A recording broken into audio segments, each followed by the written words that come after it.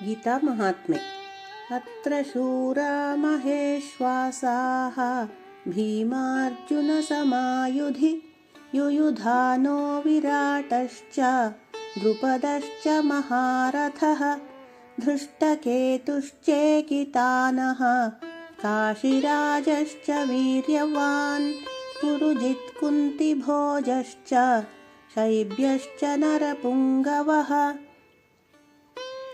1ನೇ ಅಧ್ಯಾಯದ 4, 5, 6ನೇ ಶ್ಲೋಕಗಳಲ್ಲಿ ಎರಡೂ ಕಡೆಯ ಪರಾಕ್ರಮಿಗಳ ವಿವರಣೆಯನ್ನು ದುರ್ಯೋಧನನಿಂದ ಈ ರೀತಿಯಾಗಿ ಹೇಳಲ್ಪಟ್ಟಿದೆ.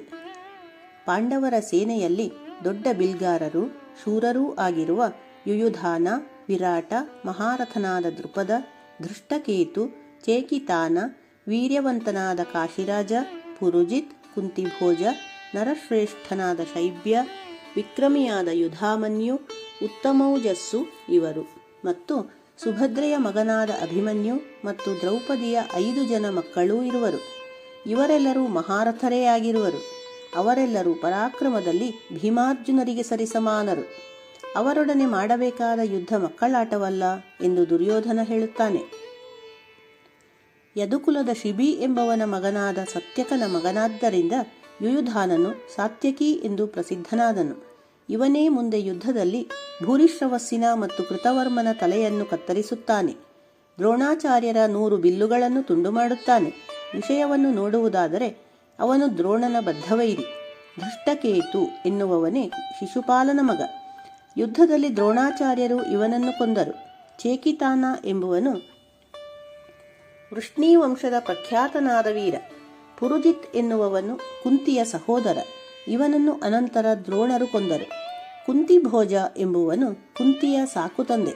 ಶೈಬ್ಯನೆನ್ನುವವನು ಆಗಿನ ಕಾಲದ ಪ್ರಖ್ಯಾತ ವೀರರಲ್ಲಿ ಒಬ್ಬ. ಆತನು ಸಮರದಲ್ಲಿ ಹತನಾದನು. ಪಾಂಡವರ ಪಕ್ಷದ ಪ್ರಮುಖ ವೀರರನ್ನು ಹೇಳಿದ ಮೇಲೆ ದುರ್ಯೋಧನ ತನ್ನ ಕಡೆಯವರು ಯಾರೂ ಅವರಿಗಿಂತ ಕಡಿಮೆಯಿಲ್ಲ ಎನ್ನುತ್ತಾನೆ. ಇಲ್ಲಿ ಪ್ರಖ್ಯಾತ ವೀರಾಧಿವೀರರು ಇರುವರು, ಆದುದರಿಂದ ಎದೆಗುಂದಬೇಕಾಗಿಲ್ಲ ಎಂದು ತನ್ನ ಕಡೆಯವರನ್ನು ಹುರಿದುಂಬಿಸುತ್ತಾನೆ.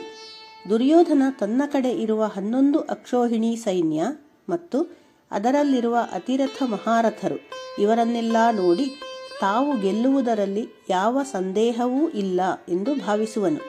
ಕೊನೆಯಲ್ಲಿ ಅವನ ಸೋಲು ಹೇಗಾಯಿತು ಎನ್ನುವುದು ಎಲ್ಲರಿಗೂ ತಿಳಿದ ವಿಷಯ. ಹರಿ ಓಂ.